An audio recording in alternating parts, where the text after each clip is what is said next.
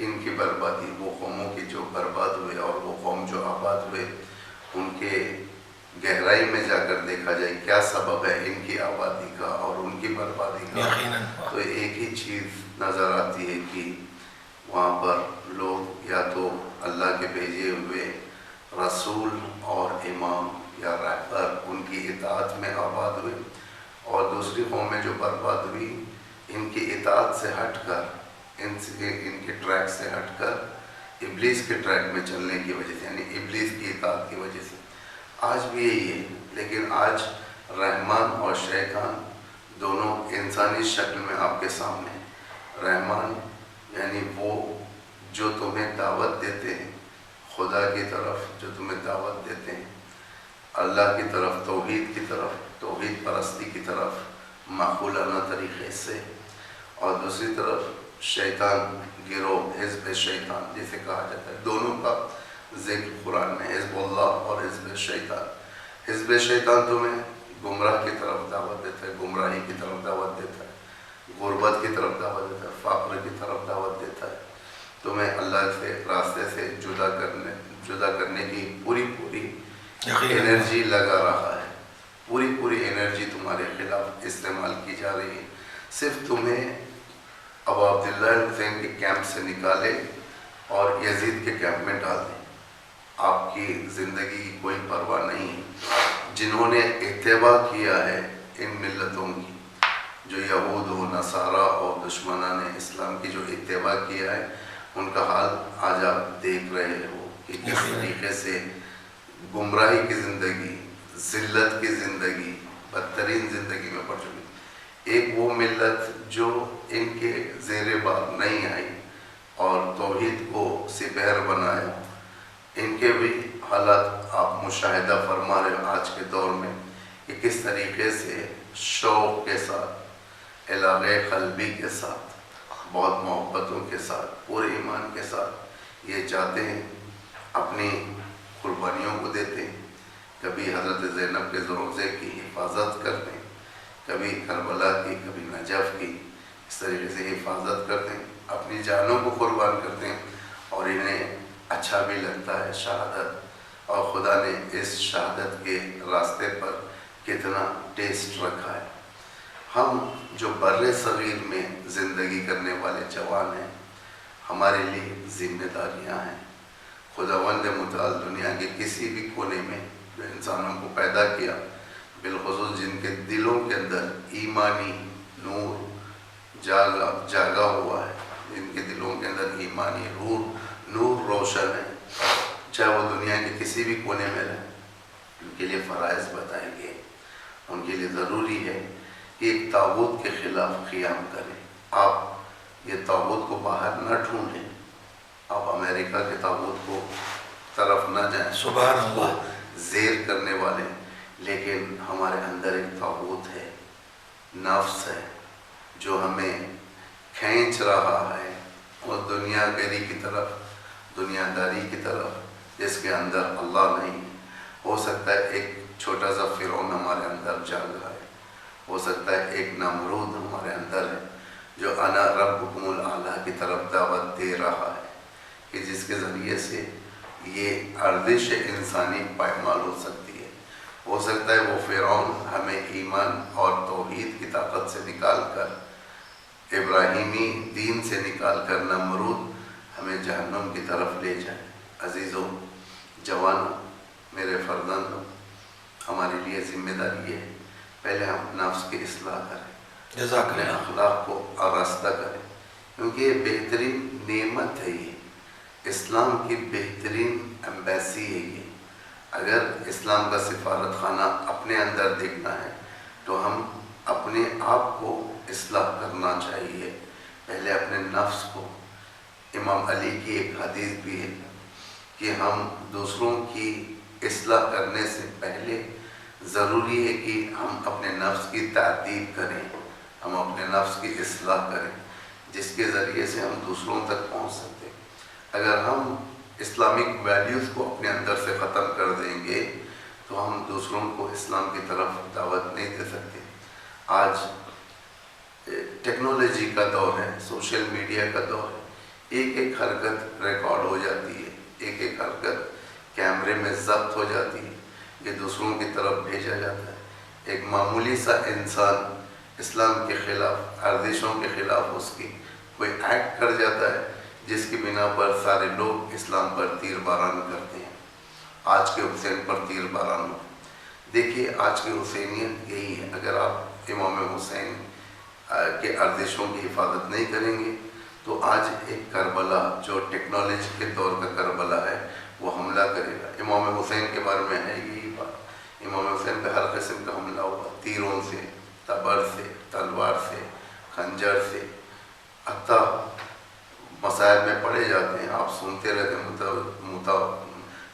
برابر یہ آپ سماعت فرماتے رہتے ہیں، جس کے پاس کچھ نہیں تھا وہ پتھروں سے مارا، کنکروں سے مارا، اور بھی جس کے پاس کچھ نہیں تھا اس نے زبان سے مارا۔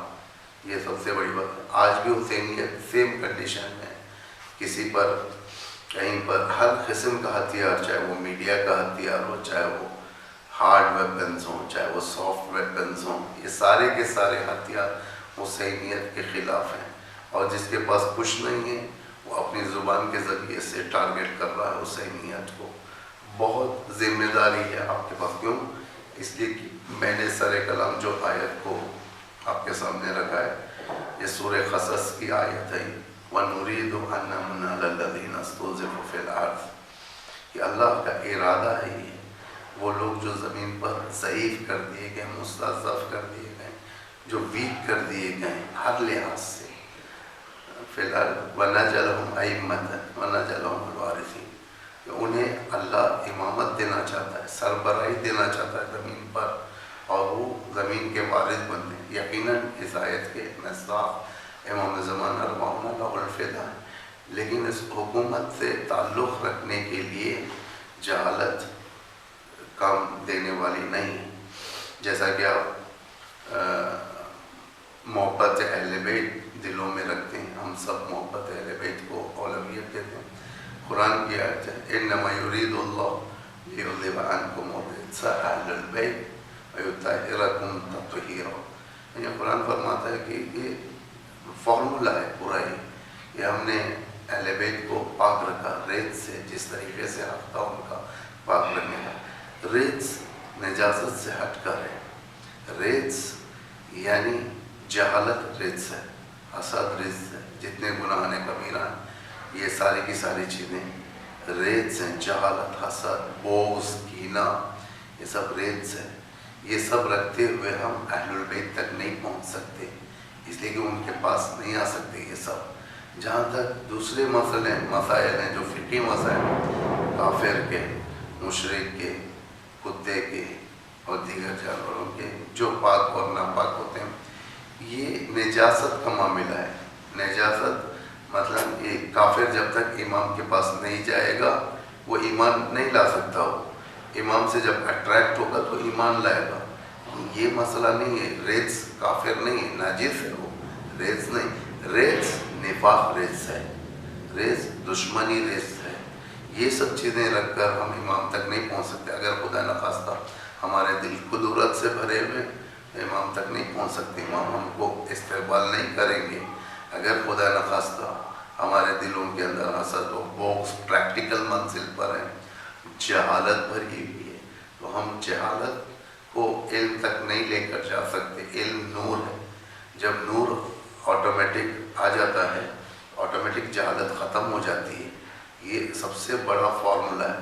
ہمیں علم تو سیکھتے ہیں لوگ، لیکن علم کا جاننا یہ مطلب نہیں ہے کہ وہ جاہل نہیں۔ بہت سارے پڑھے لکھے لوگ ہوتے ہیں جو جاہل ہوتے ہیں، جیسا کہ عرب میں تھے، عرب پڑھے لکھے تھے، شعر لکھتے تھے، خانہ کعبہ پر ٹنگاتے تھے، اور کافی یہ لوگ اسی لیے قرآن نازل ہوا ان کے مقابل میں، ایک کتاب بلاغت والی کتاب، خدا کی کتاب نازل ہوئی۔ تو علم ضروری ہے، لیکن علم کے ساتھ علم بھی ضروری ہے، تقویٰ ضروری ہے، جہالت کو دور کرنا ہے، اور اپنے آپ کو ویسا مومن بنانا ہے جس طریقے سے اللہ چاہتا ہے، جس طریقے سے امام زمانہ دیکھنا چاہتے ہیں۔ امام کے پاس آنے والے بہت لوگ ہوتے تھے۔ امام علی فرض کریں، امام علی ان کے پاس آنے والے بہت لوگ ہوتے تھے. امام کا ریئیکشن ڈفرینٹ ہوتا تھا. جو ایک نمبر کے یعنی یوں کہا جائے کہ جو ٹاپ کلاس امام کے چاہنے والے ہوتے تھے ان کے ساتھ امام بیٹھتے تھے. مالک اشتر، سلمان، مقداد جزاک اللہ اور عمار یاسر اور دیگر اس طریقے کے برجستہ صحابہ امام بیٹھتے تھے. لیکن دوسروں کے لیے امام اس طریقے سے ریئیکٹ نہیں کرتے تھے. ہو سکتا تھا ایک گروپ کو ملاقات کرتے تھے، سلامن سلامہ کہہ کر چلے جاتے تھے. لیکن آج شیعت سے توقع کوئی نہیں رکھ سکتا سوائے امام زمانہ کے. امام زمان شیعت سے توقع رکھتے ہیں. امام زمان بعض موجودے ہیں جو آپ نے بھی سنا ہوگا، جو جمکران سے ربط ہیں. وہاں پر کسی عالم دین کے خواب میں آ کر امام نے فرمایا، عالم دین کا نام میرے ذہن میں نہیں، سے امام نے فرمایا کہ مجھے بدھسٹ سے توقع نہیں ہے، مجھے کرسچینٹی سے توقع نہیں ہے، مجھے کسی اور مذہب سے توقع نہیں ہے، مجھے شیعوں سے توقع ہے. جزاک اللہ.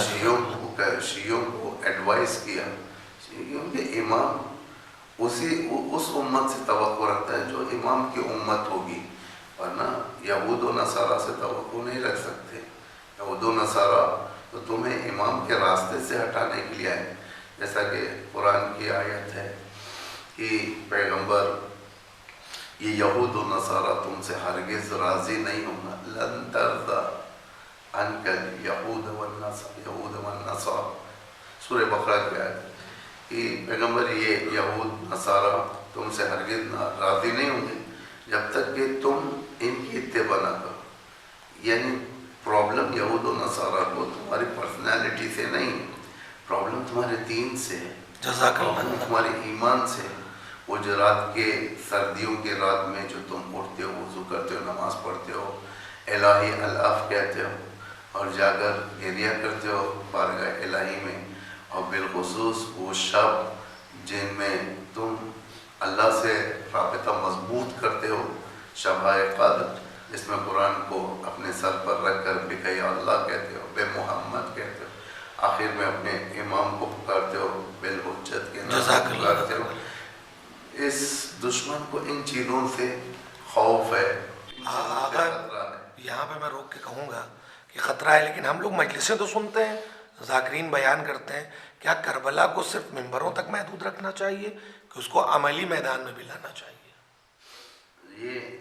یہ کربلا صرف ایک گزرا ہوا ایونٹ نہیں ہے. جیسے امام حسین کے دور میں ہو گیا کربلا اور گزر گیا، اور اس کے بعد ایئرلی اینیورسری نہیں ہے جس طریقے سے دوسری ملتیں اپنے قتل شدہ لوگوں کی شہادتوں کی اینیورسری مناتے مارک کرتے ہیں. یہ وہ نہیں ہے. کربلا ایک آئیڈیالوجی ہے، اس میں ہر قسم کا طریقہ ہے. کربلا کے اندر آپ کو نیک اخلاق ہے، کربلا کے اندر آپ کے پاس ایثار ہے، کربلا کے اندر وفاداری ہے، کربلا کے اندر شہادت ہے، کربلا کے اندر شجاعت ہے، کربلا کے اندر ہر چیز آپ کو مل جائے گی. اس لیے کہ یہ کوئی چھپی ہوئی بات نہیں. یہ خود بہت سارے نان مسلمز نے بھی اس چیز کو احساس کیا ہے اور امپلیمنٹ کیا ہے باقاعدہ اپنی زندگیوں میں. کربلا ایک عملی مقام ہے. یقیناً اس کے دو رخ ہیں. ایک رخ ایک سکہ ہے جس کے دو رخ. ایک رخ عاطفی رخ ہے، اس میں شہادتوں کو دیکھ کر انسان کا دل ٹوٹ جاتا ہے، انسان گریہ کرتا ہے، انسان سینہ زنی کرتا ہے، انسان امام حسین سے نزدیک ہوتا ہے. ان کے کشتار یا شہادتوں کو دیکھ کر ان کے گھر والوں کے کافی عاطفی پہلو میں گریہ کرتا ہے اور غم مناتا ہے. لیکن دوسرا رخ ایک پاورفل رخ ہے، جو پاورفل رخ اگر کربلا نہ ہوتی تو بہت ساری چیزیں نہ ہوتی. دیکھیں امام خمینی کی ایک بات میں آپ کے سامنے عرض کرتا ہوں. امام خمینی فرماتے ہیں کہ دنیا کہتی ہے ہمیں رونے والی قوم صرف روتے رہتی ہے، لیکن انہیں نہیں معلوم کہ ہم نے اس گریہ کے ذریعے سے ایک سپر پاور کو اٹھا کر پھینک دیا. جزاک اللہ. اتنی طاقت رکھتی ہے. یہ کربلا مقدم ساز ہے امام زمانہ کے ظہور کے لیے. تو مجلسوں میں جو آپ سنتے ہو،